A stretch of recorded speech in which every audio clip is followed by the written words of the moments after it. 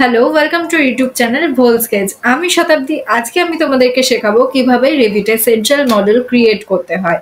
আর তোমরা যারা রেভিটে নতুন তাদের জন্য ভিডিওটা খুবই হেল্পফুল হতে চলেছে, কারণ আমি আজকে তোমাদের স্টেপ বাই স্টেপ শেখাবো কিভাবে সেন্ট্রাল মডেল ক্রিয়েট করতে হয়, আর সেকেন্ড কিভাবে তোমরা কোলাবোরেট টুল ইউজ করতে পারবে, আর একদম কাজের শেষে তোমরা রেভিট মডেলে সিঙ্ক্রোনাইজ দিয়ে কিভাবে তোমরা টিমের সাথে কাজ করতে পারবে সেটা তোমরা শিখতে পারবে এই ভিডিওর মাধ্যমে। তো চলো শুরু করা যাক।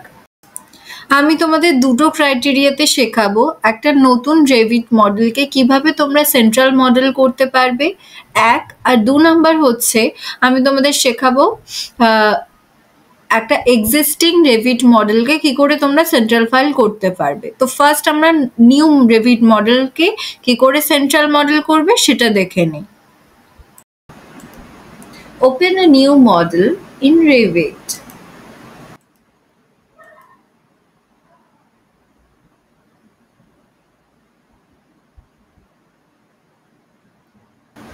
Go to File and save it.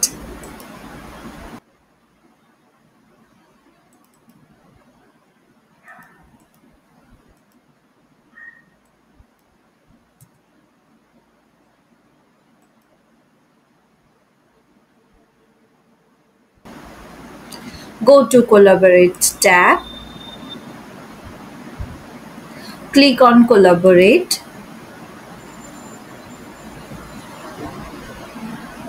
Click OK. All the tools will get active except Synchronize. Now again save it from Quick Access toolbar. Revit will tell you that it is going to be saved as a central model. যতক্ষণ না পুরোটা load হচ্ছে ততক্ষণ তোমরা wait করবে, কোথাও click করবে না। এটা পিসির স্পিড অনুযায়ী এটা হচ্ছে তোমাদের কারোর বেশি কম সময় লাগবে। Now we can see the synchronized tools are active and central model created.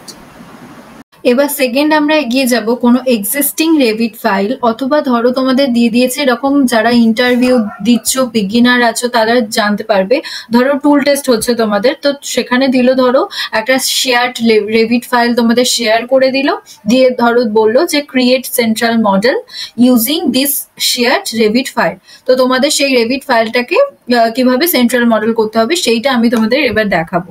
যে কোনো একটা এক্সিস্টিং ফাইল ধরো খুলছি, এই ইলেকট্রিক্যাল প্রজেক্টটা খুললাম, একটু ওয়েট করতে হবে। দেখো আপগ্রেড হচ্ছে, এখানে পার্সেন্টেজ দেখাচ্ছে।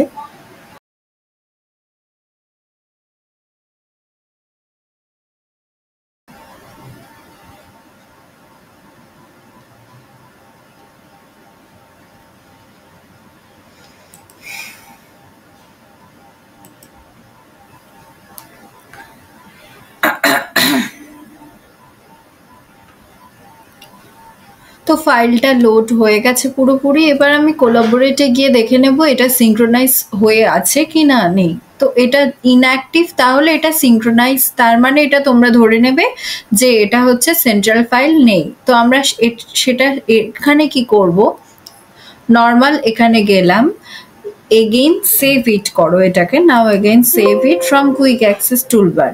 এখানে দেখো একটা আছে, you have specified a backup file, do you want save electrical project instead. তুমি ইয়েস করো।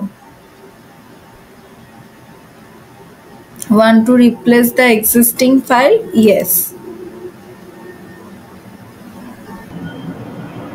এবার দেখো এখানে লোড হচ্ছে, যতক্ষণ লোড হবে তোমরা ওয়েট করবে, কোথাও কিছু টাচ করবে না। তো দেখো এটা লোড হয়ে গেল। তো আমি কি করব, এবার হচ্ছে আমি নর্মালি এখানে আগের মতন সেম ভাবে এখানে কোলাবোরেটে যাব।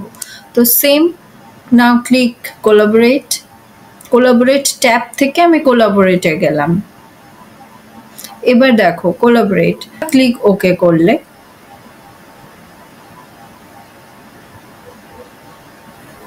এটা একটু হেভি ফাইল আছে বলে প্রত্যেকটাই লোড হতে কিছু টাইম নিচ্ছে। Same, all the tools will get active except synchronize, same আগেরটার মতো। তা আমরা কি করব, এখানে again save it, from Quick Access Toolbar. দেখো সেম আগেরটার মতন এইটাই হচ্ছে তোমাদের সেম আগের মতন আসলো save file as a central model. এবার ইউজ করলে তোমাদের এটা হচ্ছে সেন্ট্রাল মডেল ক্রিয়েট হয়ে যাবে। তো ইয়েস করলাম।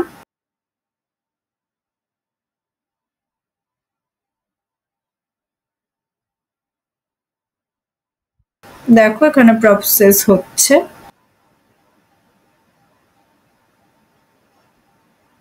Yes, now you can see the synchronized tools are active and central model created. Now this is the central model. এখানে তোমরা কোলাবোরেট করে একসাথে টিমের সাথে এখানে কাজ করতে পারবে।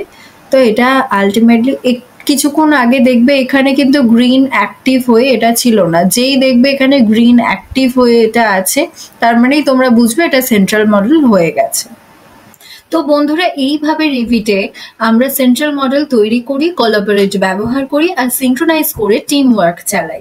এটা বিম ওয়ার্কফ্লোর একটা গুরুত্বপূর্ণ অংশ, তাই প্র্যাকটিসটা তোমরা এটা করো। এটা বিভিন্ন টুল টেস্টে যারা ইন্টারভিউ দেবে তাদেরও এই কোশ্চেনটা নর্মালি কমন হয়।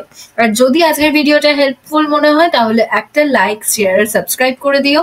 আর কোথাও প্রবলেম হলে অবশ্যই কমেন্ট করতে ভুলো না আর চ্যানেলটা সাবস্ক্রাইব করো। আমি শতাব্দী পাল, দেখা হবে পরের রেভিট টিউটোরিয়ালে। Thanks for watching.